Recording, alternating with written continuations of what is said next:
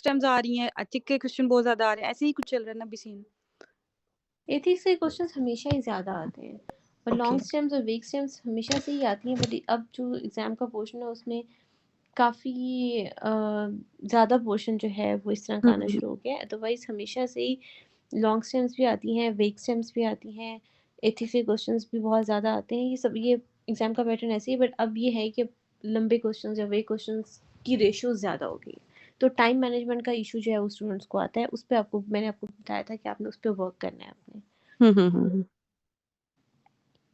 अम, मतलब time management का तो मैंने आपको बताया था ना, पता नहीं क्यों मुझसे स्टेटमेंट ना वो जल्दी वो हो जाती है, फिगर आउट हो जाती है, मैं पढ़ लेती हूँ उसको और फिर अभी जैसे आज मेरे साथ दोपहर में जब मैं वो कर रही थी तो समहाउ ऐसे कुछ हो गया कि हमारी जो हाउस हेल्प है उसने बिल्कुल जो है ना वो हाथ छोड़ दिया, उसने कहा कि अब नहीं है, उमरान अब मुझसे नहीं रखा जा रहा ना, तो वो मैं साथ नहीं में अगर क्वेश्चन करती हूँ, साथ में बिल्कुल मेरे पास जो है ना वो आ गया था। वो फिर आप डिस्ट्रैक्ट होगी ना, तो हाँ, इसलिए हाँ। जो है वो क्या, तो इट्स फाइन। आपकी जो आपको लगता है ना कि ये बिल्कुल लास्ट मिनट वाली प्रिपरेशन है ना, तो जो चीज़ें आपको लगती हैं कि मुझे बिल्कुल याद करने वाली हैं वो आप याद करें और अपनी फुल ओके। प्रिपरेशन के साथ अपनी लास्ट मोमेंट असेसमेंट दें, ताकि पता चले कि आखिरी दिन में या आखिरी 2 दिनों में कौन सी चीज़ें हैं जिस पे हमें एक्स्ट्रा फोकस करना है।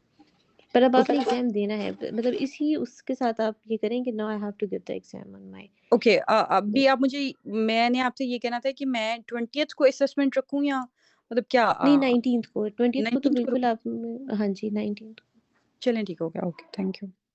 को। अल्लाह हाफ़िज़ डॉक्टर फ़ातिमा। अल्लाह हाफ़िज़।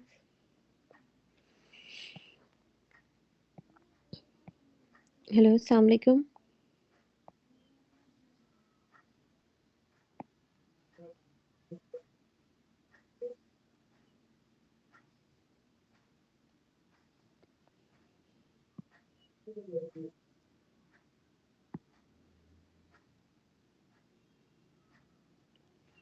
All of you can hear me loud and clear?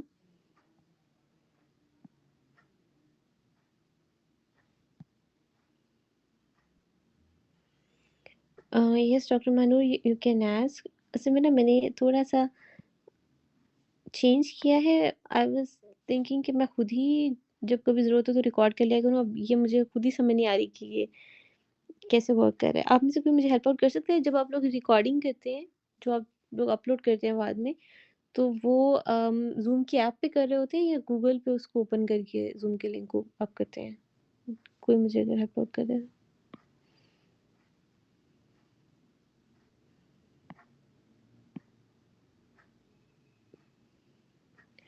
अच्छा, ऐप पे तो मुझे ऑप्शन नहीं मिला। मैं आपके साथ ना स्क्रीन शेयर करती हूँ, आप मुझे बताएँ कि ऐप पे किस तरह होती है?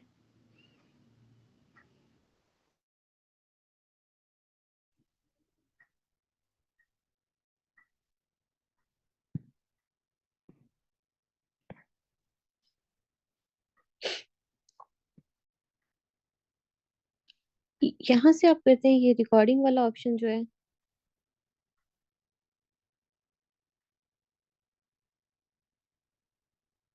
जी नहीं मैम, प्लीज़ मोर पे जाएँ। This one? अच्छा, यहाँ अच्छा, पे। मेरा यहाँ पे आता है रिकॉर्ड का ऑप्शन। अच्छा, आपका मुझे डायरेक्ट आ रहा है, आप वहाँ से ट्राई कर लें। मैं यहाँ से करती हूँ ना, तो ये स्टार्ट रिकॉर्डिंग रिकॉर्डिंग तो हो जाती है start, but Recording in progress. हो गई है स्टार्ट, मुझे भी नोटिफ़िकेशन आया। अच्छा, अब ये रिकॉर्डिंग हो रही है, बट अगर मैं इसको बाद में ओपन करूँगी ना, जैसे over here,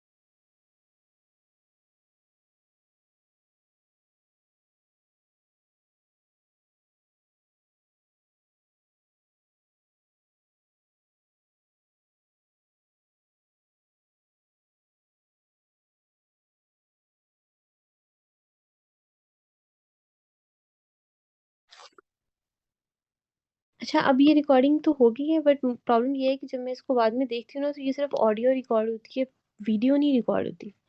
but I do it today, और अगर आज भी ये इशू आना तो फिर I will reach out to you guys कि किस तरह करना है।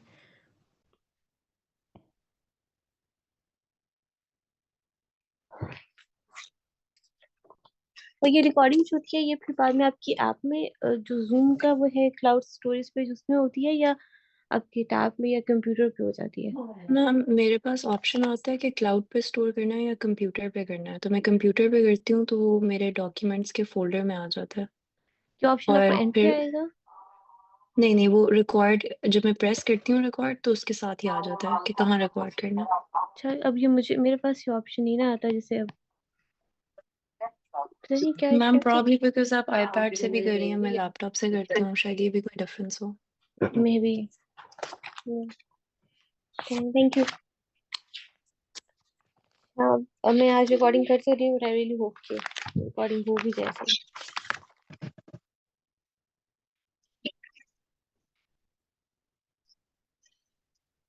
लास्ट में आएगा once we finish the recording. Okay, I do it.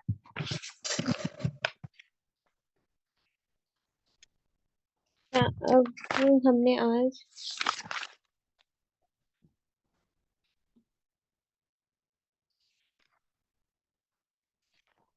हमने लास्ट टाइम जो है वो मल्टीपल स्क्लेरोसिस तक किया था, और आज हमने जो है वो डीमाइलिनेटेड एंड डिसमाइलिनेटेड डिसऑर्डर से स्टार्ट करना है, right?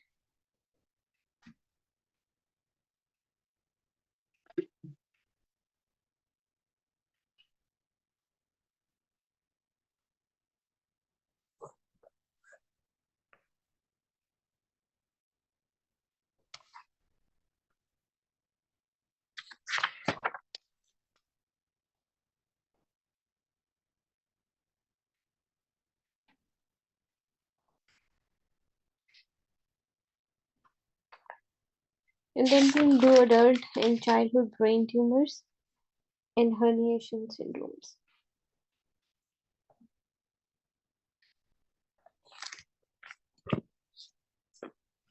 All of you can hear me loud and अच्छा, एक बात और है, I have told you guys कि I'll be observing at CAF the last रक्षा इंशाल्लाह, तो शायद हम लास्ट फेज में क्लास नहीं हो, बट क्लास हमारी होगी। हम बस ईद की ही वो लेंगे जो ऑफ होगा 2 3 4 डेज का। अदरवाइज बाकी टाइम पे हम आई विल ट्राई कि हम रेगुलर क्लास लें, और कोशिश करें कि ईद से पहले हेमाटोलॉजी कवर कर लें।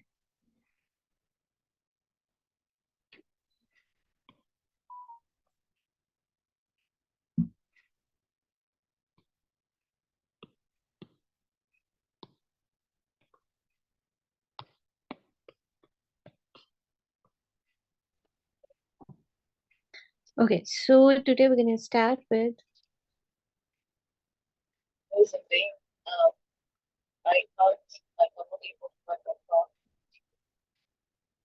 चले मैं आपको एंड पे बताती हूँ। It was just an announcement regarding the class. अब मेरी आवाज ठीक है, क्लियर है?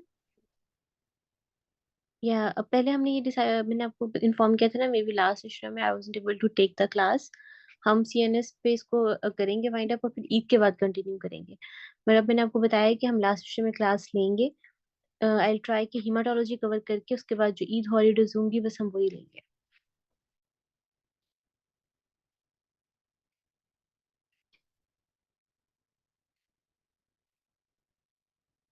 अब मैं रिकॉर्डिंग कर तो रही हूँ, but anybody else can also please do the recording, ताकि अगर ये प्रॉपर ना हो तो एटलीस्ट क्लास मिस ना हो।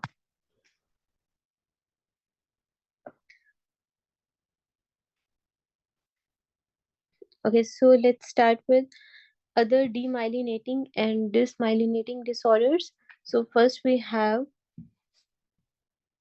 osmotic demyelination syndrome. Then we have acute inflammatory demyelinating polyneuropathy. Then we have acute disseminated post-infectious encephalomyelitis, Charcot-Marie tooth disease, progressive multifocal leukoencephalopathy, and then we will discuss some other disorders. So this is a kind of complex topic, थोड़ा सा याद करने में मुश्किल है, but कोशिश करेंगे कि इसको ब्रेक डाउन करें इनटू इजियर पार्ट्स, और ताकि आपकी अंडरस्टैंडिंग आसान हो। सबसे पहले आपके पास आता है ऑस्मोटिक डीमाइलिनेशन सिंड्रोम, जिसको आप सेंट्रल पोंटाइन माइलिनोसिस भी कहते हैं। You can see the diagram. इसके अंदर बेसिकली क्या होता है कि अगर आप किसी पेशेंट की, this usually occurs due to rapid correction of hyponatremia. If somebody presents to you in the emergency room or in your clinic with a complaint of hyponatremia, इसका सोडियम लेवल बहुत डिक्रीज हुआ है और आप उसकी rapid correction कर देते हैं, that can usually lead to demyelination, particularly in pons. So demyelination of pons can lead to osmotic demyelination syndrome. Clinical features क्या होते हैं? क्लिनिकल फीचर्स में आपके पास क्वाड्रिप्लेजिया होगा, सूडो बल्बर पैल्सी होगी, एंड स्वेयर केसेस में आपको लॉक्ड इन सिंड्रोम भी मिलती है। जब आप एमआरआई करेंगे तो एमआरआई पे आपको हाइपर इंटेंस लीजन्स मिलेंगी, particularly in the pons region. So the important part over here is कि अगर आपने किसी पेशेंट का एज अ डॉक्टर करेक्ट किया hyponatremia rapidly, that can lead to rapid shift of other osmolytes as well, such as glucose. Patient can present to you with acute paralysis, dysarthria, dysphagia, diplopia and loss of consciousness, और बहुत से cases में patient आपके पास locked in syndrome के साथ भी आ सकता है। So correcting sodium serum sodium too fast, from low to high your pons will die, and from high to low your brain will blow up. Usually the lesion is at the base of the pons. It can lead to loss of corticospinal and corticobulbar tracts, इसीलिए आपके पास quadriplegia और pseudobulbar palsy के साथ patient आता है। So now there could be a question that why osmotic demyelination is um, can occur only or particularly at in the pons region, not affecting the other parts of the brain that much. Can anybody tell me that why pons, particularly pons region, is affected?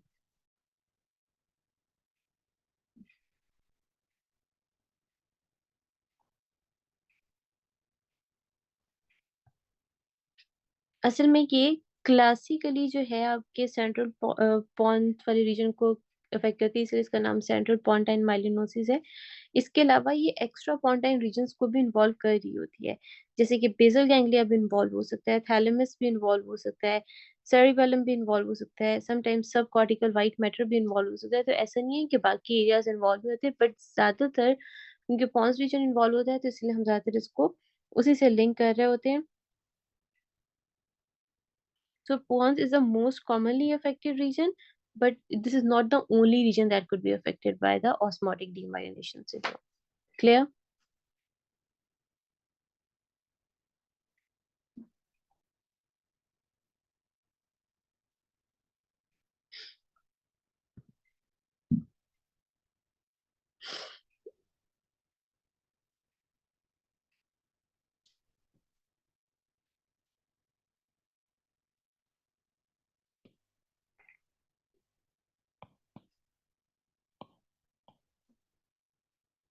It has a high concentration of oligodendrocytes,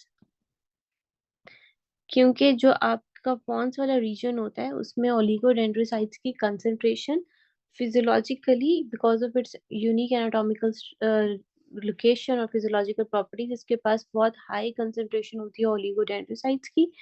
And we have already established in our previous class कि जो oligodendrocytes होते हैं they are extremely particularly sensitive to the osmotic stress. तो इसी वजह से जब भी osmotic stress बॉडी में आता है तो सबसे पहले पॉन्स वाला रीजन अफेक्ट होता है और उसके बाद बाकी रीजन अफेक्ट होना शुरू होते हैं। क्लियर?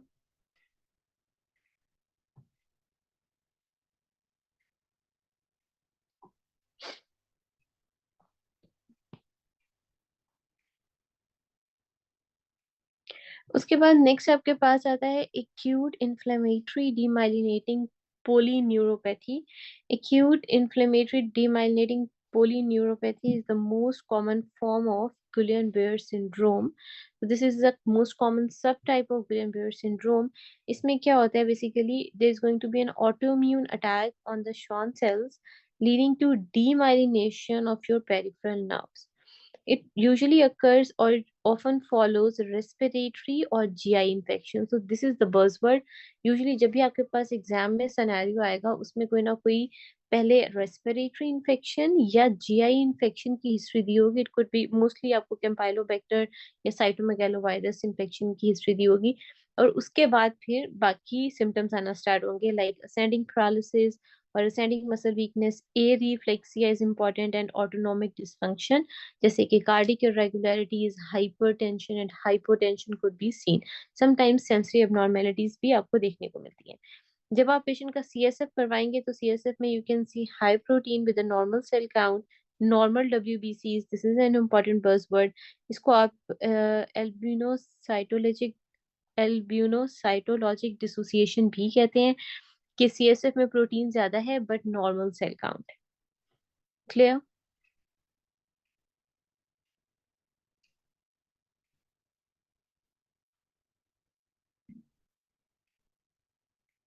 की प्रेजेंटेशन ये होती है कि पेशेंट की कोई रेस्पिरेटरी इन्फेक्शन या GI infection including campylobacter and cytomegalovirus infection की हिस्ट्री होगी और उसके बाद पेशेंट आपके पास असेंडिंग पैरालिसिस, एरिफ्लेक्सिया या ascending paralysis, deep absent or depressed deep tendon reflexes that usually begin in the lower extremities.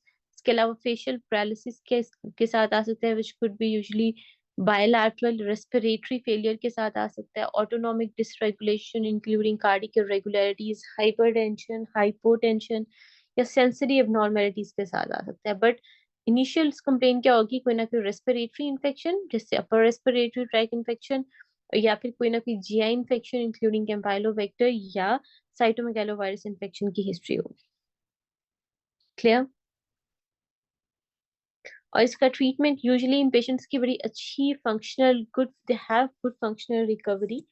In patients में आप पेशेंट को पुट करेंगे on a respiratory support in the it is critical under recovery. इसके अलावा disease modifying treatment दे सकते हैं. Plasma exchange और IV immunoglobulins can be given. इनमें स्टीरॉइड्स का कोई ऐसा रोल नहीं होता. Then we have acute disseminated encephalomyelitis. Acute disseminated encephalomyelitis is a post-infectious or post-vaccination autoimmune disease. So the thing has been already established कि patient की पहले या कोई infection की या कोई vaccination की history होगी और उसके बाद आपके पास patient आएगा with the multifocal neurological symptoms, fever and altered consciousness. So the thing is, it could be a post-infectious or it is a post-infectious or a post-vaccination autoimmune demyelinating disorder. It usually commonly follows viral infections जैसे measles के infection के बाद हो गया, varicella zoster virus या chicken pox के बाद हो गया, रूबेला के इन्फेक्शन के बाद हो गया. सो यूजुअली इस तरह का कोई इन्फेक्शन होगा या कोई वैक्सीनेशन की हिस्ट्री होगी और उसके बाद पेशेंट आपके पास आएगा मल्टीफोकल न्यूरोलॉजिकल सिम्टम्स के साथ, फीवर के साथ, ऑल्टर्ड मेंटल ऑल्टर्ड कॉन्शियसनेस के साथ. और जब आप एमआरआई कराएंगे तो एमआरआई पे आपको multiple asymmetric white matter lesions मिलेंगे और ये सारी यूजुअली पेरीवेंट्रिकुलर होती हैं. एक वर्ड यूज करते हैं एग्जाम में, पेरीवीनस infiltrations. This is a buzzword. Clear?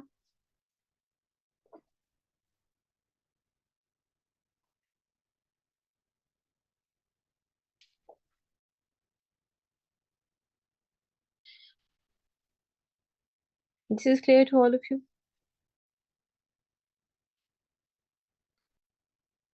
Yeah, Guillain-Barré is a lower motor neuron lesion because it is primarily going to affect your peripheral nervous system.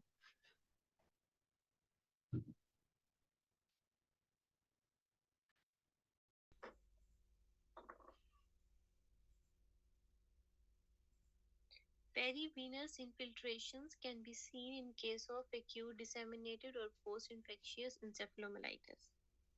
This is a feature of this disease.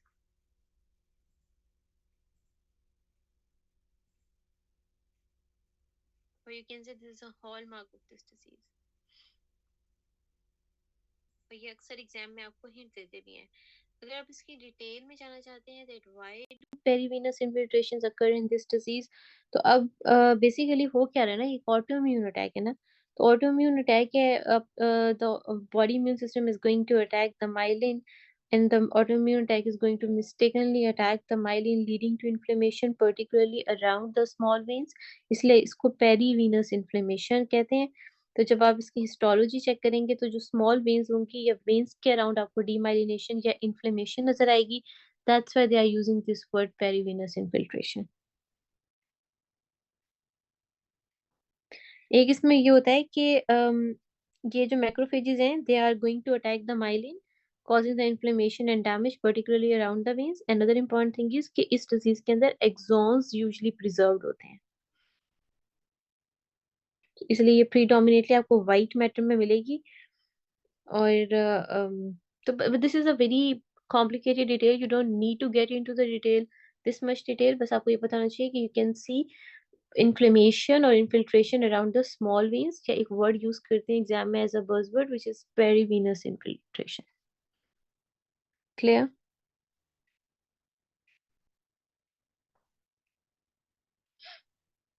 उसके बाद next आपके पास आता है शार्कोट-मेरी tooth disease. अब ये जो है ना, this is a hereditary condition, this is a hereditary demyelinating polyneuropathy that is particularly going to affect your peripheral nerves। इसमें एक बज़वर्ड जो एग्जाम में यूज होता है वो फीट एबनॉर्मेलिटीज हैं। So whenever they are going to give you a scenario of Charcot-Marie Tooth disease, they are going to mention something related to the feet abnormalities. This is a buzzword। अब इसमें demyelination होती है, axonal degeneration होती है। Usually इसको आप divide करते हैं into two types, SMT1 and SMT2, or you can say Charcot-Marie Tooth disease 1 or Charcot-Marie Tooth disease 2। Again, you don't need to get into the details of the subtypes, but ये पता होना चाहिए इसकी दो types हैं। जो type 1 होती है उसमें यूजुअली डीमाइलिनेशन होती है और टाइप 2 में एक्सोनल डीजनरेशन हो रही होती है। इसमें जेनेटिक रोल भी होता है, बिकॉज ये हेरिडिटरी है तो इसमें PMP22 जीन की डुप्लीकेशन हो रही है। फीचर्स क्या होंगे? डिस्टल मसल वेस्टिंग होगी, पेस्केविस एंड फुट ड्रॉप। तो डिस्टल मसल वेस्टिंग में यूजुअली जो आपके लोअर एक्सट्रीमिटीज के मसल हैं उनकी वीकनेस होगी, वेस्टिंग होगी। पेस्केविस के साथ पेशेंट आ सकता है which is the foot abnormality, hammertoe के साथ आ सकता है और फुट ड्रॉप के साथ आ सकता है। इसलिए मैंने आपको पहले बताया the buzzword over here is feet abnormality. Clear?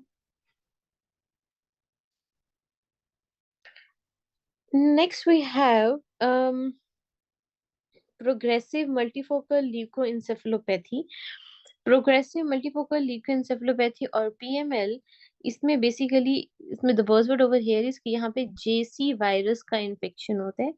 JC virus reactivation in immuno compromised patients, जैसे कि HIV का पेशेंट हो, एड्स का पेशेंट हो, या फिर समटाइम्स जो पेशेंट आपके नेटालिज्म आप यूज कर रहे होते हैं, all of them are consider as immunocompromised ones. उनके अंदर अगर JC वायरस की रीएक्टिवेशन हो जाए, it can lead to progressive multifocal leukoencephalopathy. This disease is going to particularly affect the oligodendrocytes, causing the rapid demyelination of the CNS white matter। Symptoms क्या होंगे? Symptoms में progressive neurological deficit होगा, ataxia होगा, vision loss and altered mental status. So now what is the buzzword? इसमें जो भी patient होगा वो इम्यूनो कॉम्प्रोमाइज्ड होगा, यूजुअली उसका CD4 काउंट जो है वो 200 सेल्स पर क्यूबिक मिलीमीटर से कम होगा। Clear? Yes, how can I help you?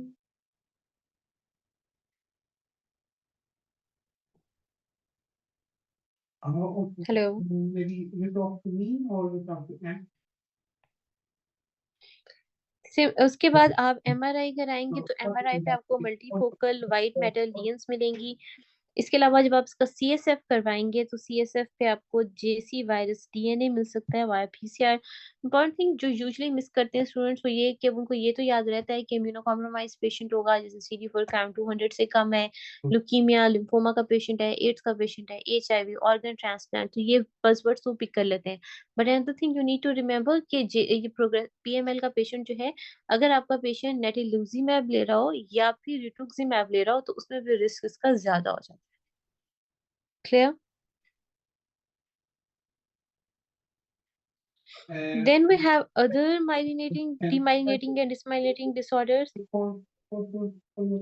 MRI पे आपको मल्टीफोकल वाइट मेटल लीन्स मिलती हैं इसमें, और साथ में ना कोई कंट्रास्ट इन्हांसमेंट नहीं होती। Is it possible you can send me, you can WhatsApp me the business page then? ये रिटुक्सिमैब, नेटलिजुमैब, ये सारी अब हमने आगे हेमाटोलॉजी में डिटेल में करनी है। No, it's 5-1. Other demyelinating and dysmyelinating disorders में आपके पास आता है मेटाक्रोमैटिक ल्यूकोडिस्ट्रोफी। ये एक ऑटोसोमल रिसेसिव कंडीशन होती है, usually associated with a deficiency of arylsulfatase A leading to sulfatide accumulation and demyelination. तो इसमें ना बॉडी में सल्फेटाइड्स का बिल्डअप हो जाता है, and due to the buildup of sulfatides impair myelin sheath formation होती है। Then we have Krabbe disease, ये एक ऑटोसोमल रिसेसिव कंडीशन है। इसमें आपके पास ग्लैक्टोसेरिब्रोसाइड की डेफिशिएंसी होती है, leading to globoid cell leukodystrophy and progressive neurological deficits, particularly in infants. तो क्रेबी डिजीज के लिए बस बढ़िया होता है कि यूजुअली आपको इन्फेंट्स में मिलता है, तो एज लेस देन 6 मंथ्स होगी। इसमें एब्सेंट रिफ्लेक्सेस होते हैं और माइक्रो सेफली होती है। यूजुअली ये अदर्स में से क्वेश्चन आता नहीं है, but these are just the little buzzwords you can keep in your mind. Adrenoleukodystrophy जो है ये एक एक्स-लिंक्ड डिसऑर्डर है। ये this is a disorder of a very long chain fatty acids, या बायोकेम में करेंगे, leading to progressive CNS and adrenal damage. Clear? Okay. अच्छा, आप मुझसे काफी लोगों ने क्लास ज्वाइन नहीं की हुई। Bye.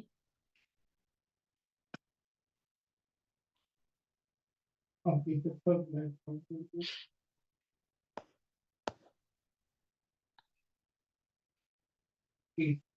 Have you sent the bill? Yeah, it's hard to study in Ramzan, लेकिन ऑलरेडी हम तो बड़ा शॉर्ट सी क्लास ले रहे हैं, इसलिए I will call you back. Yeah, that is, yes. Miss ना क्या करें टॉपिक, फिर आप Your number 07 क्या फायदा 120. फीस पे करने का। Yes, I got it. Thank you very much. Thank you. Okay, next we have neurocutaneous disorders. Neurocutaneous disorders में आपके पास आता है Sturge-Weber syndrome, you have tuberous sclerosis, then you have neurofibromatosis type 1, you have neurofibromatosis type 2, and lastly you have von Hippel-Lindau syndrome, or disease, sorry.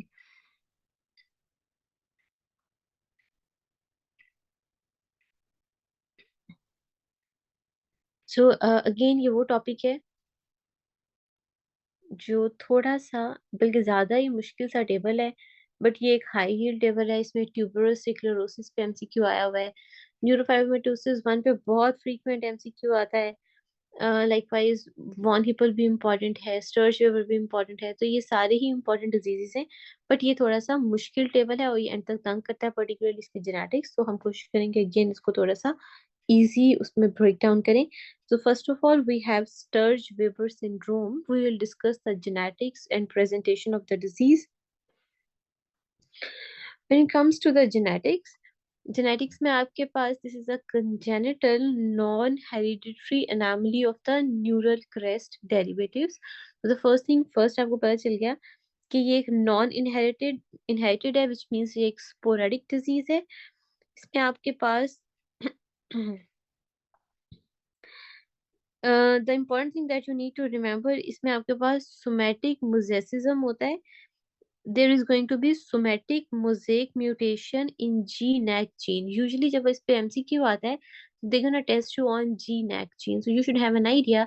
The first thing first कि ये एक sporadic disorder है, non-hereditary disorder है. The second important thing is कि इसमें somatic mutation होती है of the GNAC gene. The mutation affect the development of small blood vessels, leading to abnormal capillary venous malformation. Presentation क्या होगी? It's also known as a encephalotrigeminal angiomatosis. इसमें आपके पास इसमें आपको एक क्लासिकल ट्राइड मिलेगा। क्लासिकल ट्राइड में सबसे पहले आपके पास आता है facial port wine stain. You can see the diagram a given below, these diagrams are important. तो इसमें सबसे पहले डायग्राम ए में आपको फेशियल पोर्ट वाइन स्टेन मिलेगा, इसको नेवस फ्लेमिस भी कहते हैं। This is a unilateral capillary malformation usually in trigeminal nerve distribution V1 और V2, लाइक सॉरी ट्राइजेमिनल की फर्स्ट ब्रांच और सेकंड ब्रांच की जो डिस्ट्रीब्यूशन है वहां पे ज्यादातर आपको ये मिलता है। capillary malformation, it is caused by the abnormal blood vessel formation. It is usually present at the time of birth. And another important thing is this is not going to fade over time. तो ऐसा नहीं होगा कि over time या with age ये fade हो जाए, it's gonna stay. So the first point is, or the first thing is, port wine stain or nevus flammis. The second important characteristic is leptomeningeal angioma. मतलब इसमें brain involvement होती है. लेप्टोमेनिंजियल एंजियोमा क्या होता है कि इसमें आपके पास एबनॉर्मल ब्लड वेसल्स होंगी that cause cortical ischaemia and gliosis. अब जब कॉर्टिकल इस्कीमिया, कॉर्टिक्स का इस्कीमिया, कॉर्टिकल रीजन का इस्कीमिया हो गया और ग्लायोसिस है, it can lead to seizures. और जो यूजुअली इसकी वजह से सीजर्स होते हैं ना, वो ड्रग रेजिस्टेंट होते हैं, इतनी जल्दी मेडिसिन से कंट्रोल नहीं होते. And sometimes it can lead to epilepsy as well.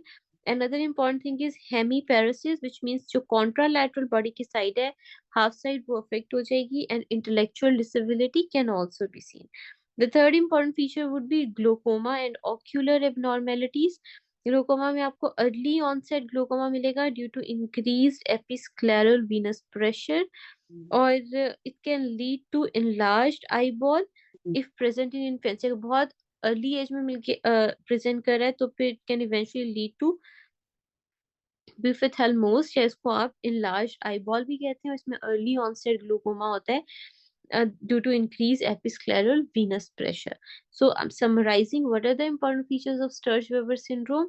Patient आपके पास port wine stain के साथ आएगा, leptomeningeal angioma which can lead to seizures, hemiparesis, intellectual disability आएगा, और glaucoma और ocular abnormalities के साथ आएगा. इसके अलावा इसमें आपको जो आप सीटी स्कैन कराएंगे पेशेंट का, उसमें आपको कॉर्टिकल एट्रोफी मिल सकती है, उसमें आपको ट्रैम ट्रैक कैल्सिफिकेशंस मिल सकती हैं, which actually represents the leptomeningeal angioma with tram track calcification.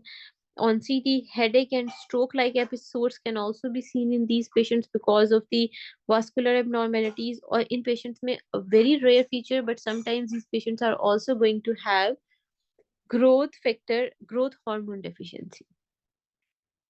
Clear?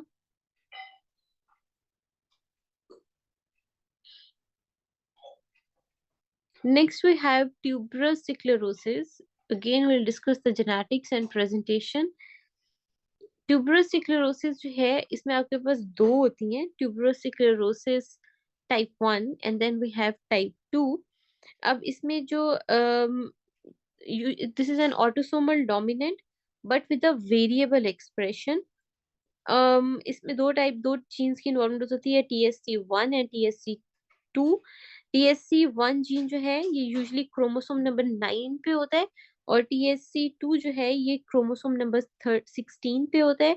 TSC1 gene which is present on chromosome number 9, this is going to represent hamartin protein, and TSC2 gene which is present on chromosome number 16, this is going to represent tuberin protein. So these proteins form a tumor suppressor complex that actually inhibits mTOR signaling. Loss of the function mutation leads to uncontrolled cell growth and hematomas in the multiple organs. So basically what's going to happen is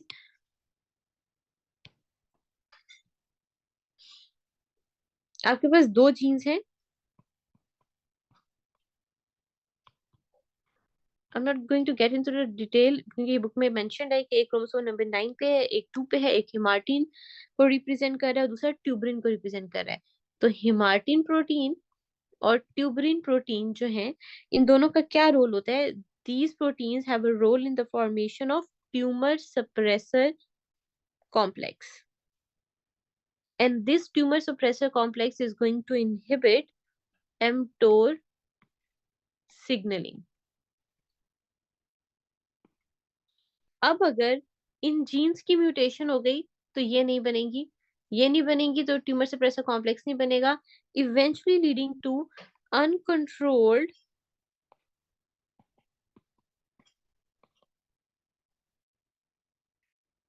cell growth and multiple hematomas formed in the multiple organs of the body. Clear?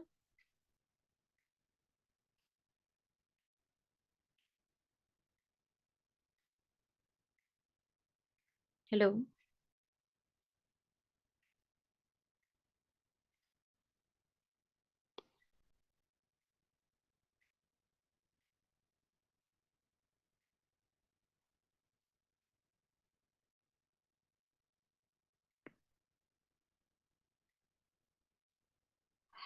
तो presentation क्या होगी? You can have multiple neurocutaneous disorders and characterized with benign hamartomas in the various organs. पहले हम neurological features की बात करते हैं। Neurological features में seizures is the most common feature of tuberous sclerosis. ये आपको मोर देन 90% केसेस में देखने को मिलेगा। यूजली इसमें आपके पास बच्चों में भी होता है, इसको आप इन्फेंटाइल स्पैस्म कहते हैं, and it can also progress to epilepsy. So seizure is the most common one. Then you can see intellectual disability and autism spectrum disorder. The autism spectrum disorder, yeah, intellectual disability can also be seen in this patient. You can also see hematomas in the brain.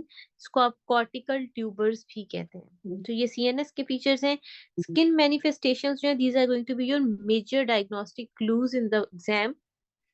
इसमें आपको hypopigmentation मिलेगी, ये एश leaf spots मिलेंगे। You can सी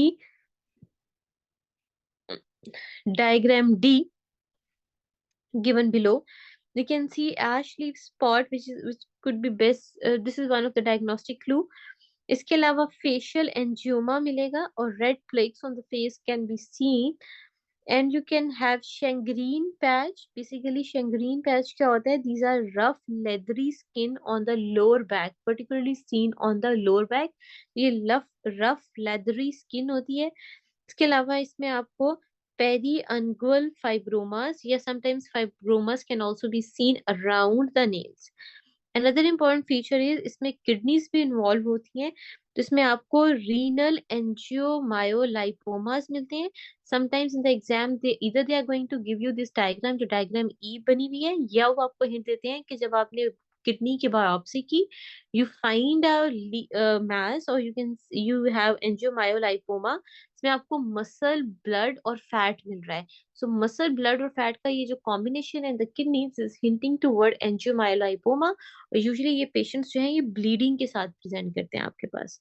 इसके अलावा it also lead to increase risk of renal cell carcinoma, but renal angiomyolipoma is an important hint. इसके अलावा इसमें हार्ट और लंग्स की इन्वॉल्वमेंट भी होती है। हार्ट की इन्वॉल्वमेंट में you can see cardiac rhabdomyoma which is often detected in infants, and sometimes ये जो कार्डिक सिम्टम्स हैं ये रिग्रेस कर जाते हैं। और लंग्स में सिस्टिक लंग डिजीज हो सकती है, particularly in the females, and leading to pneumothorax. So these are the features. I'm repeating, brain से related features हैं, skin से related findings हैं, which are your buzzwords. Heart से related हैं, lungs से related हैं, और kidneys से related findings हैं। बहुत रेयर केसेस में रेटिनल हेमाटोमास भी हो सकते हैं, और समटाइम्स आपको एपेंडाइमल हेमाटोमास एस्ट्रोसाइटोमास भी होते हैं, सब एपेंडाइमल, जिसकी वजह से हाइड्रोसेफेलस भी होता है, बट वो रेयर फाइंडिंग्स हैं। Clear?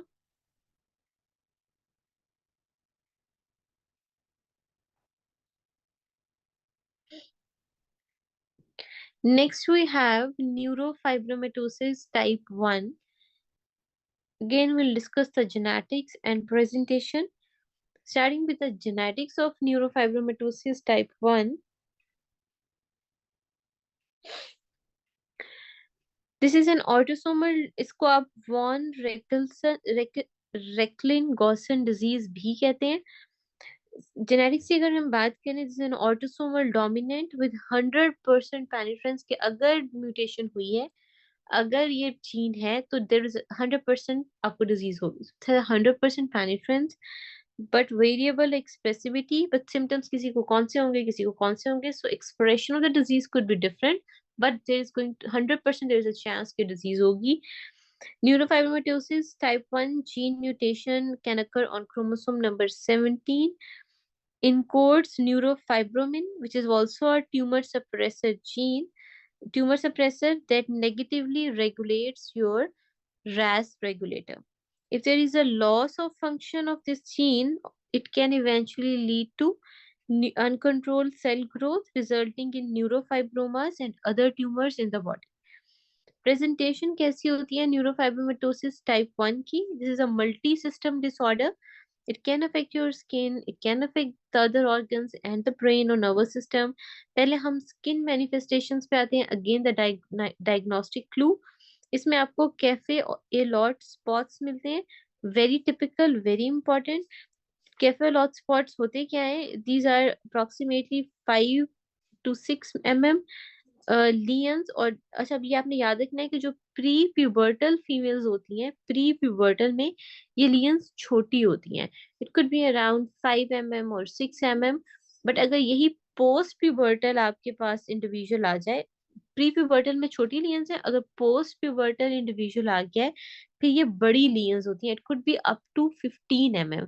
This is something that is not generally going to confuse you on exam, but अगर इस तरह की कोई हो गया, आपको एटलीस्ट ये पता होना चाहिए cafe hotspot could range between 5 mm to 15 mm depend upon the age of the person।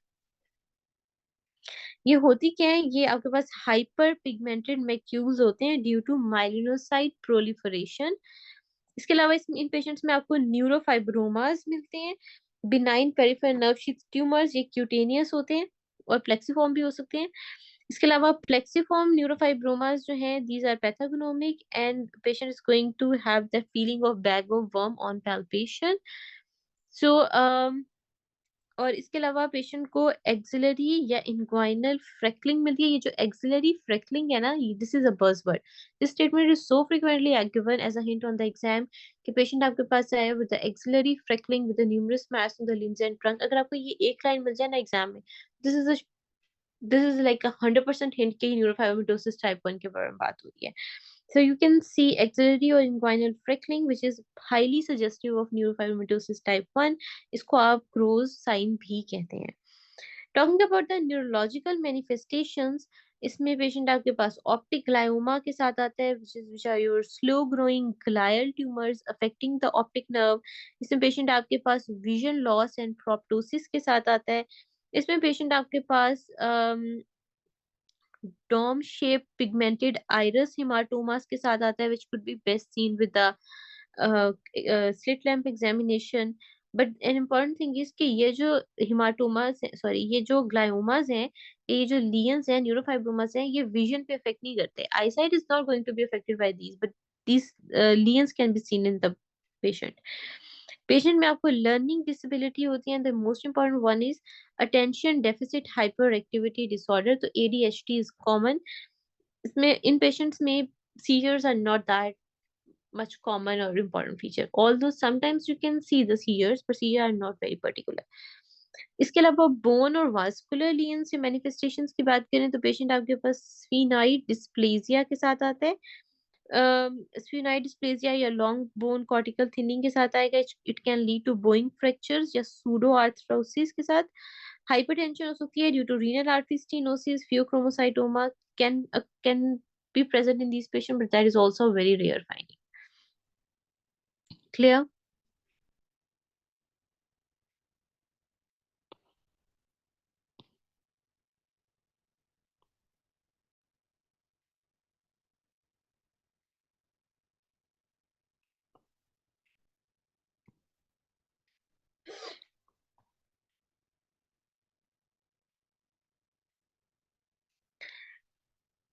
Next, we have neurofibromatosis type 2. Again, we'll discuss the genetics and then presentation. So, talking about the genetics में ये भी आपके पास autosomal dominant condition है। This is due to mutation in neurofibromatosis type 2 neurofibromatosis 2 tumor suppressor gene। अच्छा, अब इसमें जो है ना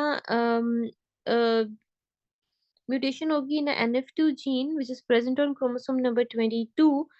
अब ये जो जीन होते हैं ना, this usually encodes merlin. Merlin is also a tumour suppressor protein. अब जब and that tumour suppressor protein is actually going to regulate the cell adhesion and signalling. अगर अब इसमें म्यूटेशन हो जाएगी ना, तो you can see uncontrolled Schwann cell proliferation and this is primarily going to affect your CNS।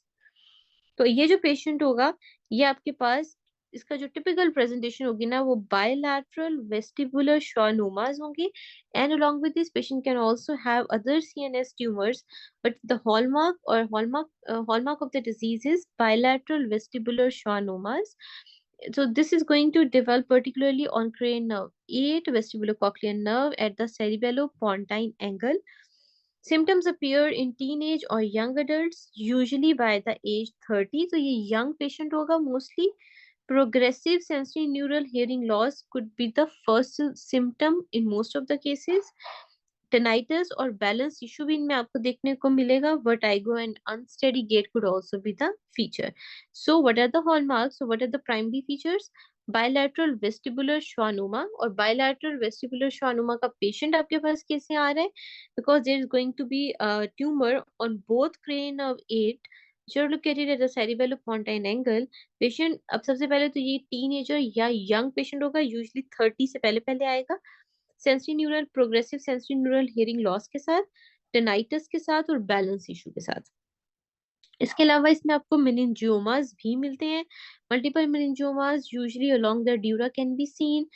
अब meningiomas हैं तो पेशेंट आपके पास हेडेक, सीजर या फोकल न्यूरोलॉजिकल डेफिसिट्स के साथ आ सकता है. स्पाइनल ट्यूमर्स आपको मिलते हैं ependymoma specially in the spinal cord, schwannoma of the peripheral nerve. Symptom depends on location, weakness, numbness and bowel bladder dysfunction. अब जहां जिस लेवल का स्पाइनल ट्यूमर होगा उसी लेवल के सिम्टम्स आएंगे. अब लेवल पे डिपेंड करता है, वीकनेस होगी, नमनेस होगी, बावल डिसफंक्शन होगा या ब्लैडर डिसफंक्शन होगा. Then we have cataract. Cataract भी इसमें आपको जुवेनाइल ऑनसेट का मिलता है. Usually it can occur. अच्छा, अब इन पेशेंट्स में ना वेस्टिबुलर सिम्टम से पहले sometimes cataract is autosomal dominant condition.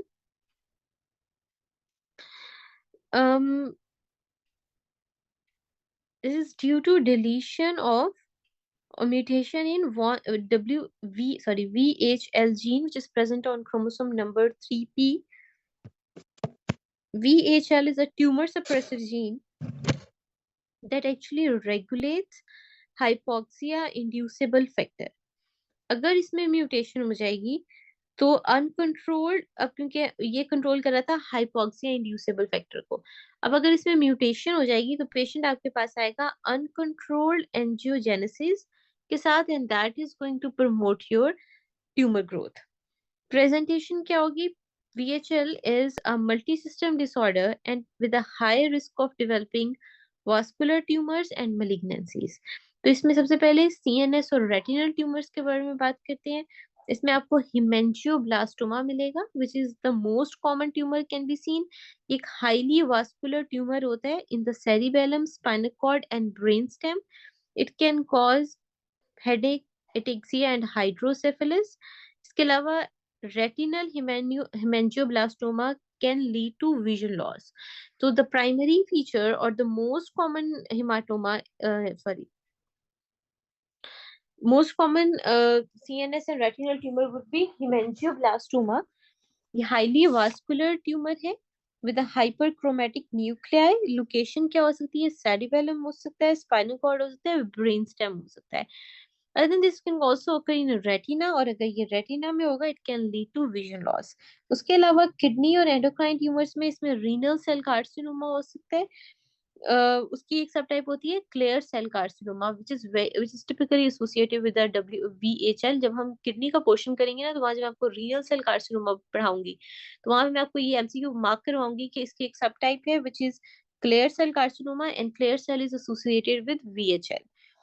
ये यूजुअली बायलैटरल होता है, मल्टीफोकल होता है और इसमें मेटास्टेसिस का रिस्क बहुत हाई होता है. Then we have phaeochromocytoma. ये एक एड्रीनल ट्यूमर है. Patient again phaeochromocytoma we will discuss in detail, but over here just a few hints. Episodic hypertension, tachycardia और स्वेटिंग के साथ पेशेंट आएगा. All of these could be the feature of VHL.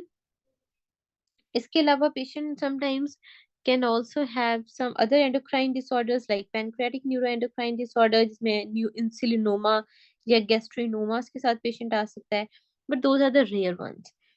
So in patients के अंदर sometimes आपको cyst मिलती हैं in the kidney, liver and pancreas, but वो जो cyst होती हैं वो symptomatic नहीं होती, they are just the benign cysts you can see in case of VHL patients. Clear?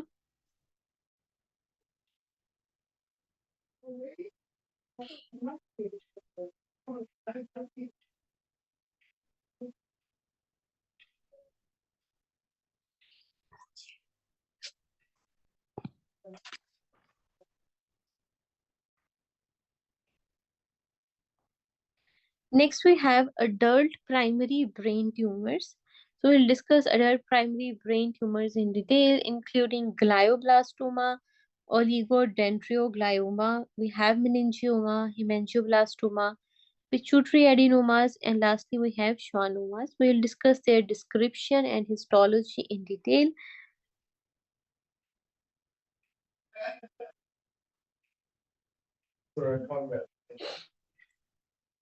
सबसे पहले आपके पास, अच्छा एक चीज आपने याद रखेंगे,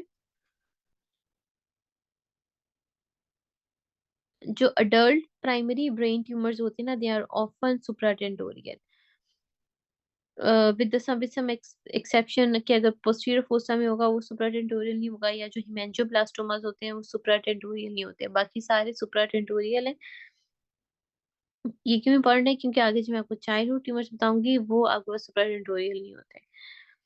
सबसे पहले आपके पास ग्लायोब्लास्टोमा आता है। Glioblastoma is the most common, grade 4 वाला जो है, most common and most aggressive primary brain tumour in adults is going to arise from the astrocytes and is also classified as a diffuse tumor, typically located in the cerebral hemisphere। ये frontal, temporal या parietal lobes में भी हो सकता है। Characteristically it can cause the corpus callosum, तो it crosses the corpus callosum, तो ये आपको butterfly glioma like shape मिलती है। Talking about the histology, histology पे आपको सूडो पैलिसेडिंग नेक्रोसिस मिलता है, ये pseudo palisading pleomorphic tumour sales मिलते हैं। This is the buzzword. जब भी आपके पास ये हिंट मिल जाए ना कि आपको हिस्टोलॉजी पे pseudo palisading pleomorphic tumour cells मिले, they are most probably talking about the glioblastoma. So pseudopellicerating necrosis या tumor cells in up around the area of necrosis can be seen. You can see the diagram B in which they have shown necrosis in between, और फिर उसके ऊपर और नीचे उन्होंने आपको tumor cells show किए हुए। इसके अलावा इन पेशेंट्स में आपको एंडोथेलियल प्रोलिफरेशन मिलती है, जिसकी वजह से आपको एंजियोजेनेसिस मिलेगा। इनमें GFAP पॉजिटिव होता है, क्योंकि ये ट्यूमर्स जो हैं ये एस्ट्रियोसिटी इन ओरिजिन है या ये एस्ट्रियोसाइट से आ रहे हैं, तो GFAP पॉजिटिव होंगे। इन ट्यूमर्स में माइटोटिक इंडेक्स बहुत हाई होता है, so because that indicates rapid progression and poor prognosis. जब आप इनकी इमेजिंग करवाएंगे, इमेजिंग में आपको सेंट्रल नेक्रोसिस और सराउंडिंग एडीमा मिलेगा, वेसोजेनिक एडीमा होगा, और इसके अलावा MRI विद कंट्रास्ट अगर आप कराएंगे तो आपको रिंग इनहेंसिंग लियंस मिलेंगे। Clear?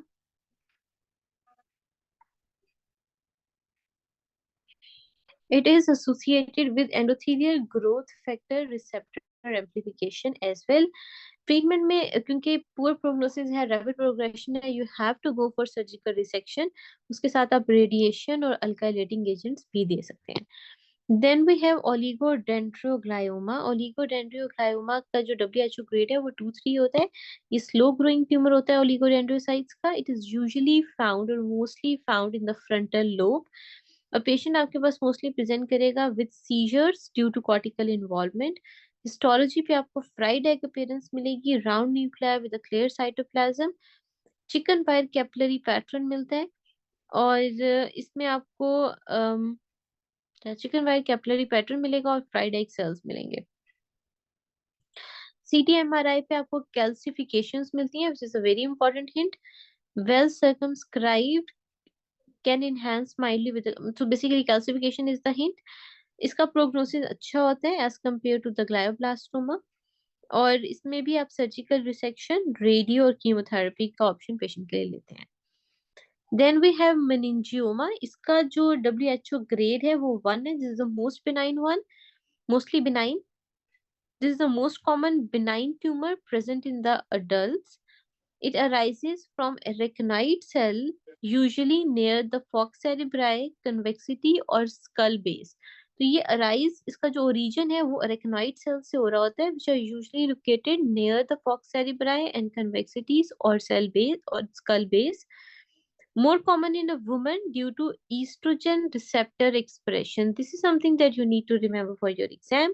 Meningioma is common in women because of the estrogen receptor expression. ये स्लो ग्रोइंग होता है, ऑफन एसिम्टोमेटिक होगा, बट अगर सिम्टोमेटिक होगा तो पेशेंट कैसे आएगा?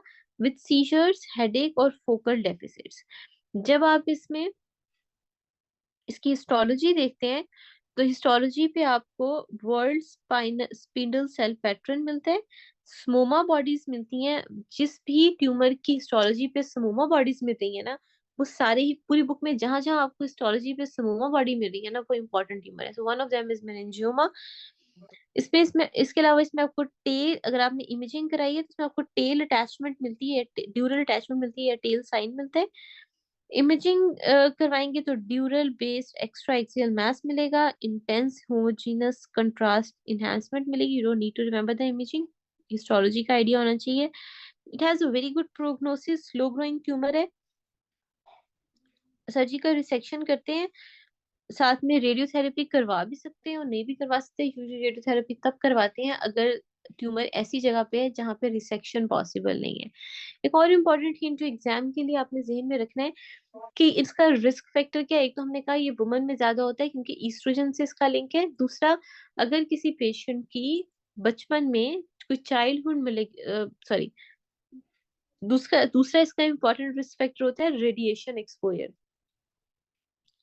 रेडिएशन एक्सपोजर कैसे होगा कि फॉर एग्जाम्पल बचपन में कोई मलिग्नेंसी हुई जिसके लिए रेडिएशंस लगी, और अब बड़े होके 20 साल बाद चाहे अब ये ट्यूमर एक्सप्रेस हो गया। So prior radiation history is also important.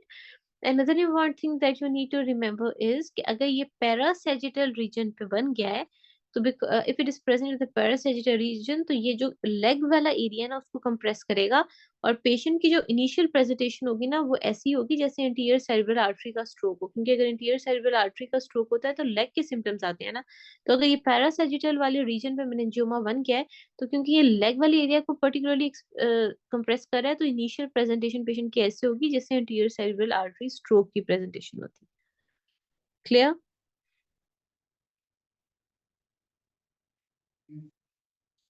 Then we have hemangioblastomma. Hemangioblastomma का WHO ग्रेड भी 1 है। इसकी डिस्क्रिप्शन में क्या होगा कि ये एक highly vascular tumor है, often found in the cerebellum associated with the VHL we have already discussed. अगर बहुत मल्टीपल हेमेंजियोब्लास्टोमास हैं तो ये रिप्रेजेंट कर रहे होते हैं विपल वॉन हिप्पल-लिंडर सिंड्रोम को। इसके अलावा इसका एक फीचर ये होता है कि जो हेमेंजियोब्लास्टोमा है ना ये एरिथ्रोपोइटिन प्रोड्यूस करता है, so that can lead to secondary polycythaemia in the patient. Histology पे आपको फोमी स्ट्रोमल सेल्स मिलते हैं विथ हाईली वास्कुलर नेटवर्क। ये पैस पॉजिटिव होता है, इसमें आपको साइटोप्लाज्मिक इंक्लूजन्स मिलेंगी। इमेजिंग आप करवाएंगे तो सिस्टिक लियन मिलेगी, सिस्टिक लियन मिलेगी with enhancing mural nodule. Highly vascularization is the hint. Treatment में सर्जिकल रिसेक्शन करते हैं। अगर सॉलिटरी ट्यूमर है तो सिर्फ सर्जिकल रिसेक्शन करेंगे, वो क्यूरेटिव होता है। अगर मल्टीपल ट्यूमर्स हैं तो फिर आपको VHL के लिए पेशेंट को मॉनिटर करना पड़ता है कि किडनीज में तो नहीं है, बाकी जगहों बॉडी में तो नहीं है। क्लियर?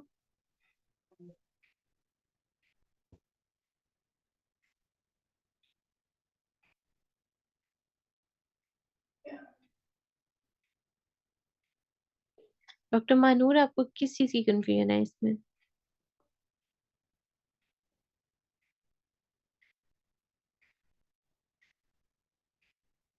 आप पूछिए, I'll explain again.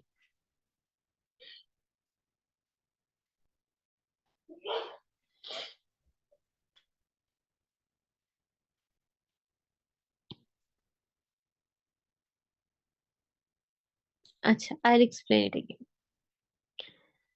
असल में हेमेंजियोब्लास्टोमा अभी हमने VHL में किया ना, वॉन हिप्पल-लिंडर सिंड्रोम में हमने हेमेंजियोब्लास्टोमास को डिस्कस किया, इसलिए मैंने इसको थोड़ा जल्दी पढ़ा, but I read it again. Hemangioblastoma जो होता है ना, सबसे पहले तो द इम्पोर्टेंट हिंट इज कि ये हाईली वास्कुलर CNS ट्यूमर है। इसकी हमने मल्टीपल लोकेशंस पढ़ी थी। अगर आपको VHL से याद हो तो ये आपको रेटिना में भी हो सकता है, ब्रेन स्टेम में भी हो सकता है, सेरिबेलम में भी हो सकता है, स्पाइन में भी हो सकता है। But right now we are particularly talking about the brain, या हम ब्रेन ट्यूमर्स की बात करें तो हम उस हेमेंजियोब्लास्टोमा की बात करेंगे जो ब्रेन से लिंक कर है, which is commonly found in the cerebellum. Clear?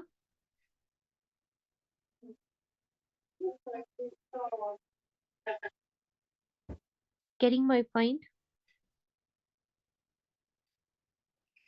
अब अगर ये सिर्फ ब्रेन में है तो ये हिमेंजियोब्लास्टोमा है, ये सेरिबेलम में है तो हिमेंजियोब्लास्टोमा। बट लेट्स सी कि अगर हमने एग्जामिन किया, डिफरेंट हिमेंजियोब्लास्टोमास आपको मिल रहे हैं, ब्रेन में भी मिल रहा है, रेटिना में भी मिल रहा है, किडनी में भी मिल रहा है, तो इसका मतलब है कि now this not a single lesion, अब ये मल्टीपल लियंस हैं, तो ये किसी सिंड्रोम के साथ एसोसिएट कर रहे हैं। And we have already discuss कि वॉन हिपल इन्वर्स सिंड्रोम में आपको मल्टीपल लोकेशन पे हिमेंजियोब्लास्टोमास मिलते हैं, इसलिए हमने कहा कि it is associated with the von Hippel inverse syndrome when found with the retinal एंजियोमास।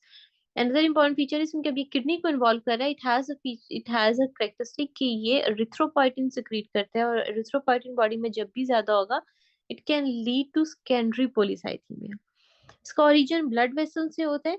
अगर आप हिस्टोलॉजी पे चेक करेंगे तो आपको फोमी स्ट्रोमल सेल्स मिलते हैं विद हाईली वास्कुलर नेटवर्क, तो आपको closely arrange thin walled capillaries मिलती हैं with minimal intervening parenchyma, so highly vascular network मिलेगा, और पैस पॉजिटिव साइटोप्लाज्मिक इंक्लूजन्स मिलेंगे। क्लियर?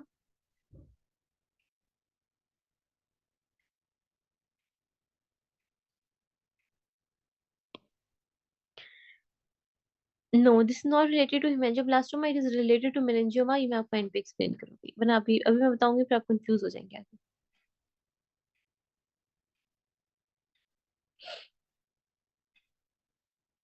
उसके बाद आपके पास आते हैं पिट्यूटरी एडिनोमास। पिट्यूटरी एडिनोमास जो है, these are going to arise from the interior pituitary cells. इसमें आपके पास दो तरह के एडिनोमास होते हैं, एक वो होते हैं जो फंक्शनल एडिनोमास हैं, यस आप कह सकते हैं वो एडिनोमास जो हार्मोन सिक्रीट करते हैं। दूसरे होते हैं नॉन फंक्शनल एडिनोमास या नॉन फंक्शनल ट्यूमर्स। ये वो ट्यूमर होंगे जो हॉर्मोन्स तो प्रोड्यूस नहीं करेंगे, बट क्योंकि मैस है तो उसका कंप्रेशन का इफेक्ट आएगा। So you have functional adenomas and then you have non-functional adenomas. Functional adenomas are going to secrete hormones like prolactin, growth hormone and ACTH, जो आपके पिट्यूटरी ग्लैंड के हार्मोन्स हैं वो एक्सेसिवली secrete होंगे।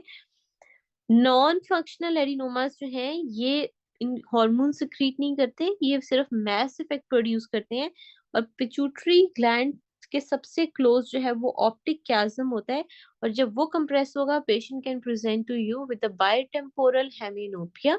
सो whenever your question have bitemporal hemianopia hint, the first thing that should click in your mind is optic chiasm, और second thing is कि कहीं ये पिट्यूटरी से रिलेटेड कोई बात तो नहीं हो रही है।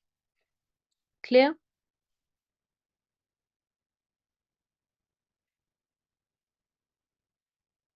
हिस्टोलॉजी पे अगर आप देखेंगे तो हिस्टोलॉजी पे आपको मोनोमॉर्फिक सेल्स मिलते हैं with a uniform pattern.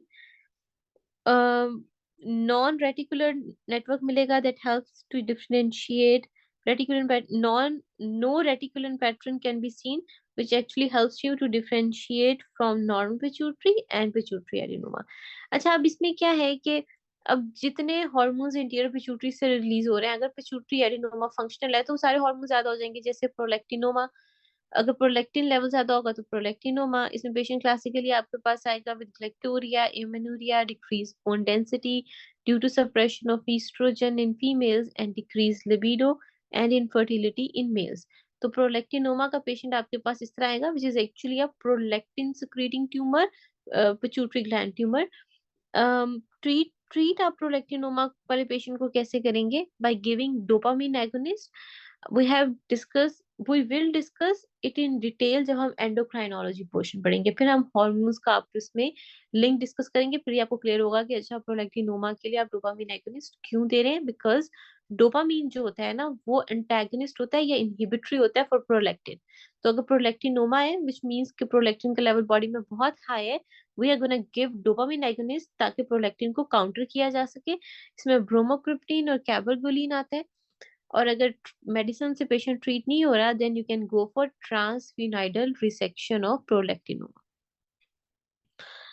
Most commonly lactotrope hypoprolactinoma होगा, less commonly from somatotrope, growth hormone excess हो सकती है तो एक्रोमेगाली, जाइजेंटिज्म, कॉर्टिकोट्रॉफ एक्सेस होगी तो कुशिंग डिजीज होगी, थायरोट्रॉप्स एक्सेस होगी तो TSH ज्यादा होगा, गोनाडोट्रॉप एक्सेस होगी तो FSH LH ज्यादा होगी. So we'll discuss all of these diseases in detail जब हम एंडो करेंगे. राइट नाउ जैसे an idea कि जो इंटीरियर पिट्यूटरी के हार्मोन्स हैं वो ज्यादा हो जाएंगे. Clear?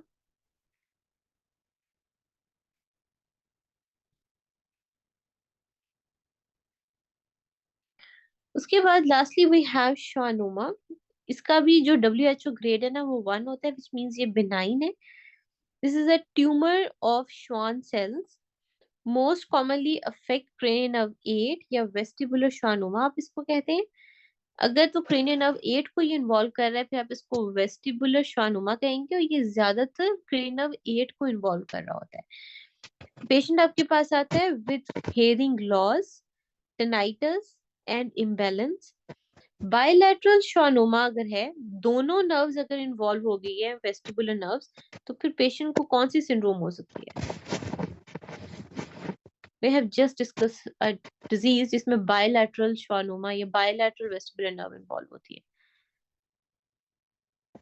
Yes, neurofibromatosis type 2. So if a patient presents to you with a bilateral schwannoma, you have to rule out कि neurofibromatosis type 2 के बारे में बात तो नहीं हो रही. और अगर दोनों vestibular nerves involved हो गई हैं, patient is going to present to you with deafness. Histology पे आपको क्या मिलेगा? इसमें आपको on histology you can see क्योंकि इनका श्वान सेल ओरिजिन होता है तो इसमें आपको S100 पॉजिटिव मिलेगा, क्योंकि S100 positive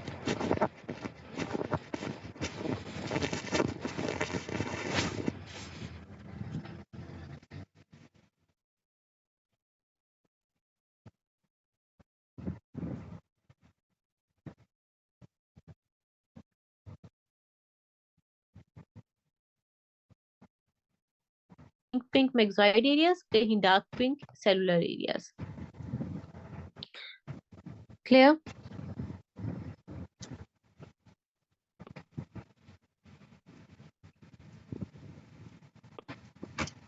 this is clear to all of you? Cerebellopontine angle से ना आपकी क्रेनियन नर्व 8 निकल रही होती है. तो अगर आपके पास यूनिलैटरल, तो यूजुअली जो schwannoma होता है ना ये क्या करता है, इसकी कॉमन लोकेशन होती है ये जो सेरिपेलोफोंटाइन एंगल है वहां पे. और अगर इसमें single usually it's gonna involve your single nerve, लेकिन अगर दोनों नर्व्स इन्वॉल्व हो गई हैं तो फिर ये न्यूरोफाइब्रोमैटोसिस टाइप 2 का फीचर होगा. So basically you need to remember कि जो क्रेनियन नर्व 8 है वो आपके सेरिपेलोफोंटाइन एंगल से निकल रही है, and schwannoma is commonly found at a cerebellopontine angle. Clear?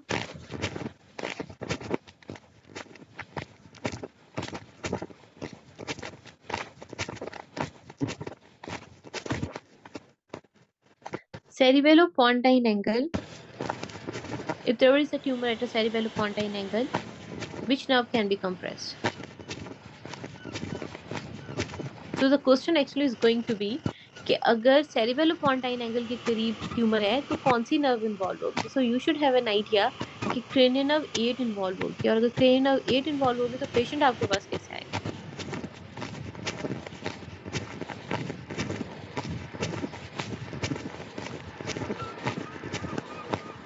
Yes, now depends on कि अगर यूनिलैटरल है, एक साइड पे है तो it would be unilateral sensorineural hearing loss. अगर बायलैटरल है it would hint towards the neurofibromatosis type 2. So ये जो हिंट है ये इन द सेंस कि यूजुअली जो क्रेनियन नर्व 8 की लोकेशन है ना उस पे क्वेश्चन आ जाता है. तो क्रेनियन नर्व 8 सेरिबेलोपोंटाइन एंगल से निकली. अब सेरिबेलोपोंटाइन एंगल पे कोई भी ट्यूमर हो, चाहे वो मेनिंजियोमा है चाहे वो schwannoma, it's gonna affect your cranium nerve 8. Clear?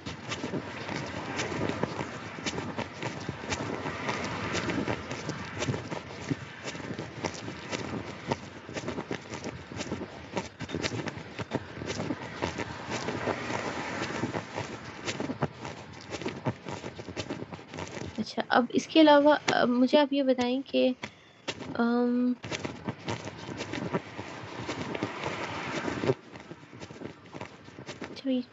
Childhood primary tumours पे कर लेते हैं.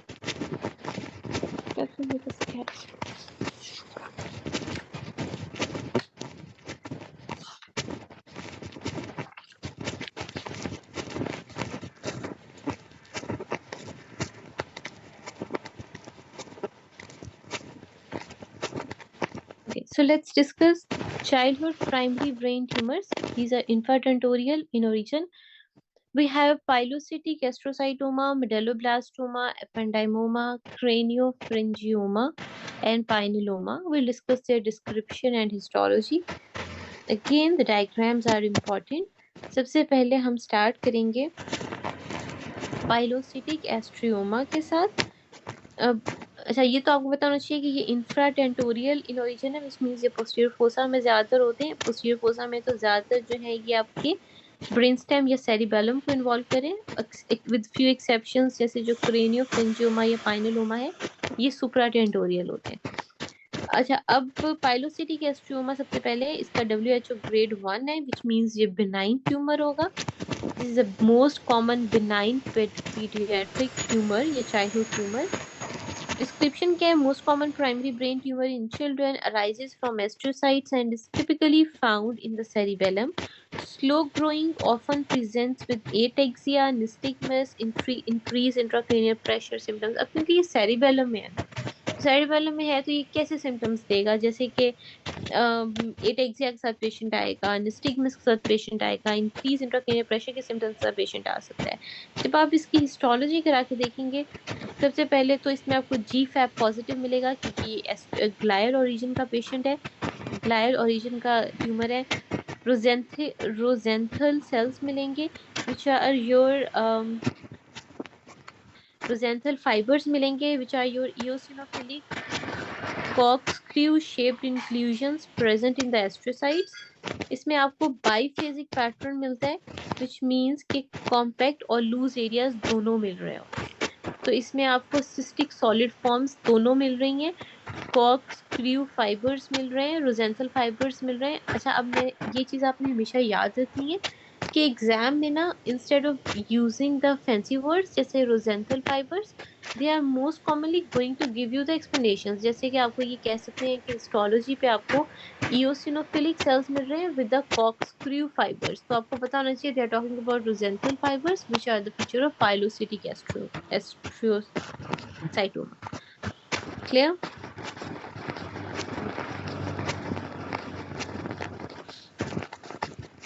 Then we have medulloblastoma. WHO grade 4. तो अभी पता चल गया कि ये malignant pediatric tumor है, most common. Highly malignant embryological tumor derived from the primitive endoneuroectodermal cells. It arises in the cerebellar midline and compresses the fourth ventricle, leading to non-communicating hydrocephalus. It often presents with a headache, vomiting, ataxia and papilledema क्योंकि hydrocephalus हो रहा है. Histology पे आपको Homocyte rosettes मिलेंगे which is a buzzword. These are the tumor cells that are present around a central neutrophil core. So basically you can see small blue cells or Homocyte rosettes.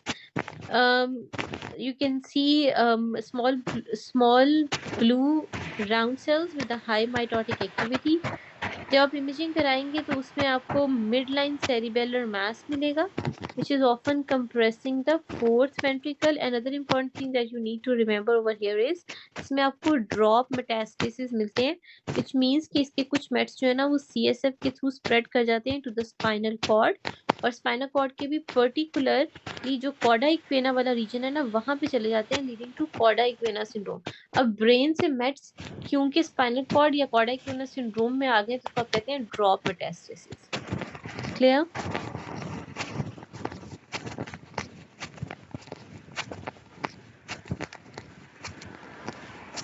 Then we have ependymoma. Ependymoma जो है it arises from ependymal cells lining the ventricles, commonly found in the fourth ventricle, leading to obstructive hydrocephalus.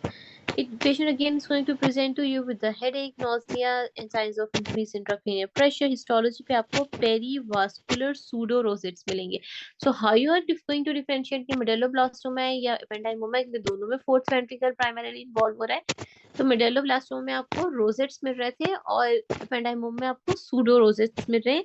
These are the tumor cells that are going to surround the capillaries, blood vessels. इसमें इसके अलावा आपको rod shaped basal cilia मिल रहे हैं, well demarcated heterogeneously enlarging mass could be seen in the fourth ventricle. Then you have craniopharyngioma. ये एक सुप्राटेंटोरियल tumour है. इसका एक बड़ा कॉमन एमसीक्यू आता है कि इसका ओरिजिन कहाँ से होता है. तो इसका ये एक रेथकीज पाउच रेमिनेंट है. Rethke's pouch. This is derived from the remnants of Rethke's pouch.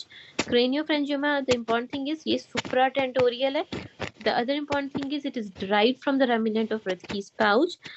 Or ectodermal in origin है. Supratentorial tumor located near the pituitary and optic chiasm. Can cause bilateral heminopia because of the optic chiasm compression. अब ये बात तो मुझे repeat करने की जरूरत नहीं है कि why the feature is bitemporal heminopia, because it is located near the pituitary gland और pituitary gland के पास optic chiasm होता है.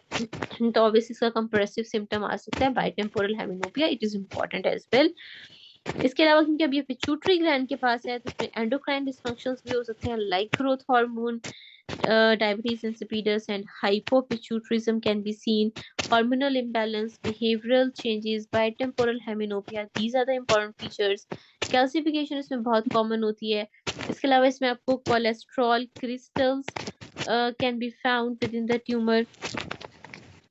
Lastly, we have pinealoma, which is again very important. This is a tumor of the pineal gland. Tumor arises from the pineal gland affecting the pineal melatonin secretion. It can cause paranoid syndrome. This is important. Paranoid syndrome क्या होता है? इसमें ना mid-brain compression होता है, particularly dorsal part of the midbrain. And because of the midbrain compression or compression of the tectum, it can lead to vertical gaze palsy. ये इसको आप सूडो आर्गाइल रॉबर्टसन पीपल भी कहते हैं. सो रिमेम्बर कि पाइनिलोमा जो है, अगर ये ट्यूमर आपका मिड ब्रेन में है, dorsal part of the mid brain में है, या ये टेक्टम को कंप्रेस कर रहा है, तो ये पेरिनॉइड सिंड्रोम करेगा.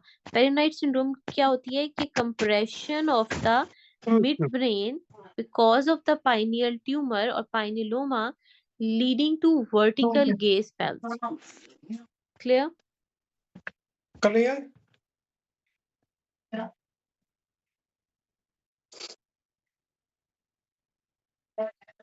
It can lead to obstructive hydrocephalus क्योंकि ये आपकी cerebral aqueduct को भी compress कर सकता है. If germ cell origin, it can secrete beta HCG. तो जब beta HCG बॉडी में ज्यादा होगा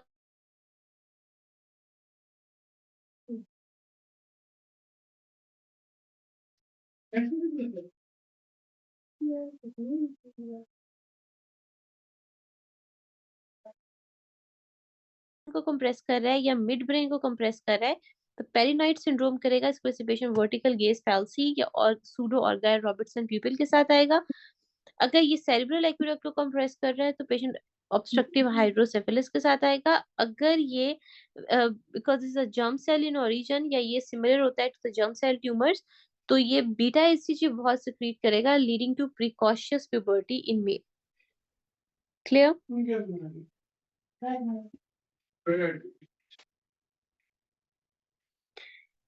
Histology पे you can see the cells that resemble the germ cell tumor like seminoma. इसमें fried egg appearance होती है. Large clear cytoplasm could be seen. Imaging पे midline enhancing mass होता है near the tectum. इसका prognosis भी अच्छा होता है if treated early. This is clear?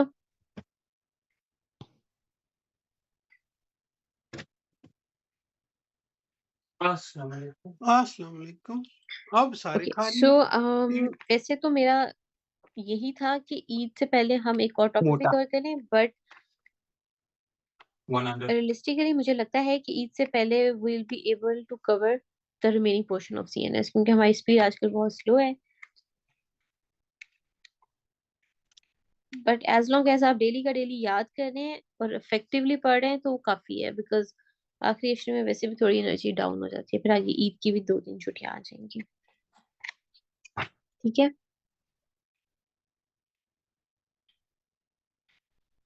अच्छा, अब आपने जो क्वेश्चंस मेरे से पूछे थे डॉक्टर महानूर, ईद का पता नहीं, जैसे आप कहेंगे. आई थिंक 2 दिन या 3 दिन की छुट्टी कर लेते हैं.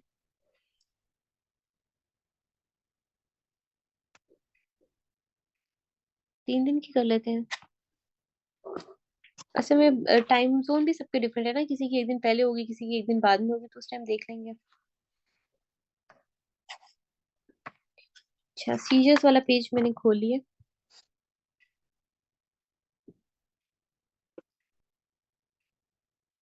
हाँ जी।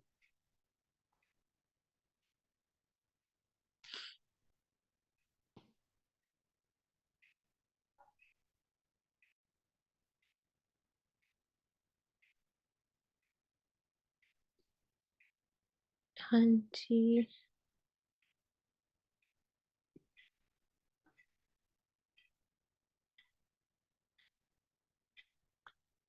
Okay. What is the difference between atonic seizure and syncope? So मैंने वैसे स्क्रीन पे नहीं ओपन किया, मैंने बुक में ओपन किया है. So you are basically asking me about the difference between the atonic seizures and syncope, right? अच्छा, एटॉनिक सीजर्स जो है ना, और ऑल्दो एटॉनिक सीजर में जब पेशेंट जाते हैं ना, उसको हम ड्रॉप सीजर्स भी कहते हैं, तो because patient suddenly falls on the ground, so initially आप मिक्स कर जाते हैं कि अच्छा ये सिनकपी में तो नहीं गया है. पर व्हाट इज द डिफरेंस? जो एटॉनिक सीजर होता है ये जनरलाइज सीजर की एक टाइप है, और सिनकपी आपको पता है कि this is due to hypoperfusion या वेजोवेगल या कार्डिक कॉजेज होती हैं इसकी. ऑनसेट की अगर हम बात करें, तो जो एटॉनिक सीजर होता है ना, ये सडन होता है और विदाउट एनी वार्निंग होता है, खड़े खड़े पेशेंट गिर गया. सिंकपी जो होती है ना, it is usually preceded by some symptoms. Syncope से पहले पेशेंट को थोड़ी सी लाइट हेडेडनेस, नोजिया, स्वेटिंग या टनल विजन, ऐसे कोई ना कोई प्रीसीडिंग सिम्टम्स आते हैं, जबकि एटॉनिक सीजर जो होता है वो सडन होता है, कोई वार्निंग नहीं होती उससे पहले. Make sense? Another important thing is कि जब जैसे सिम्टम सडन होता है, इसी तरह रिकवरी भी, एटॉनिक सीजर की रिकवरी भी सडन हो जाएगी. पेशेंट कैन लाइक कॉन्शियसनेस जो है वो, patient can return quickly to back to the consciousness. While जो सिंकपी वाला होता है उसमें it take some time to regain full awareness. What about post ictal confusion? Post ictal confusion ये होती है कि जब कोई सीजर का एपिसोड हो, तो उसके बाद थोड़े टाइम के लिए पेशेंट उस फेज में चला जाए कि अच्छा उसको समझ नहीं आ रही कि क्या हो रहा है. किस टाइप के सीजर्स में पोस्ट इक्टल कंफ्यूजन नहीं होती?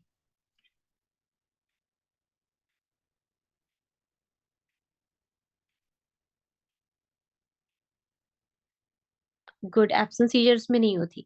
पोस्ट इक्टल कंफ्यूजन ऐसी है जैसे सीजर्स खत्म हो गया बट स्टिल पेशेंट जो उसका थोड़ा सा स्लगिश रिस्पॉन्स है, डिसओरिएंटेशन सी है, या ऑल्टर्ड कॉन्शियसनेस है for some period of time even after the seizure has been over.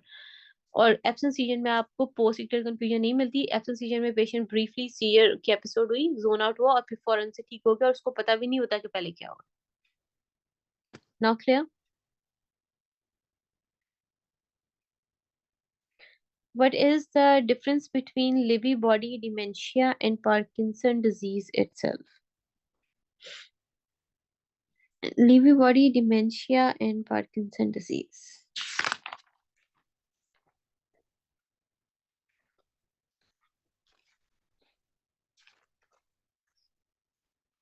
अच्छा, लीवी बॉडी डिमेंशिया जो है ना, ये आपके पास, इसमें ना आपको इसका मेन फीचर होता है डिमेंशिया. तो इसमें अर्ली कॉग्निटिव इम्पेयरमेंट आपको मिलेगी. वाइल पार्किंसन डिजीज में साथ में आपको, सॉरी, लीवी बॉडी डिमेंशिया में जो पहले सिम्टम्स या प्राइमरी सिम्टम आता है ना, वो कॉग्निटिव इम्पेयरमेंट है. पार्किंसन डिजीज में जो सबसे पहले सिम्टम आपको आता है ना, वो मोटर सिम्टम्स होते हैं, लाइक ब्रेडिकाइनेसिया या ट्रेमर या रिजिडिटी, और उसके बाद लेट सिम्टम के तौर पे डिमेंशिया आता है. क्लियर? सो लिवी बॉडी डिमेंशिया में with in 1 year of motor symptoms dementia develop हो जाएगा. वाइल पार्किंसन डिजीज में पेशेंट को पहले मोटर सिम्टम्स डेवलप हुए, और तकरीबन 10 साल 12 साल के बाद जाके आहिस्ता आहिस्ता कहीं डिमेंशिया डेवलप होगा.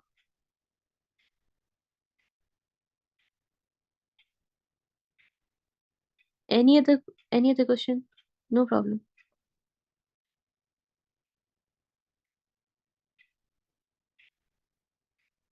ओके. सो आप में से किसी और की कोई कंफ्यूजन है तो वो भी पूछ सकता है. No hallucinations in Parkinson. hallucination could be present as a part of dementia क्योंकि पार्किंसन में dementia हो रहा है, तो yes, hallucination can occur in both Parkinson and Lewy body dementia क्योंकि hallucination is going to be a symptom or part of dementia. लेकिन ये है कि जो लीवी बॉडी डिमेंशिया है उसमें बहुत ज्यादा फ्रीक्वेंट हेलुसिनेशंस होती हैं, वाइल पार्किंसन वाले में माइल्ड विजुअल हेलुसिनेशंस होंगी, लेस विविड स्टेट होगी, so the frequency and severity could be different, but yes hallucination is present.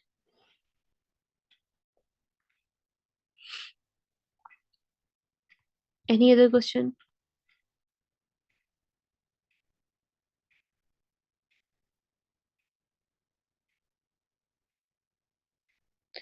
अच्छा, अगर आप लोगों का कोई और क्वेश्चन नहीं है सो हम क्लास को यहाँ पे वाइंड अप करते हैं. I will see you guys tomorrow इंशाल्लाह.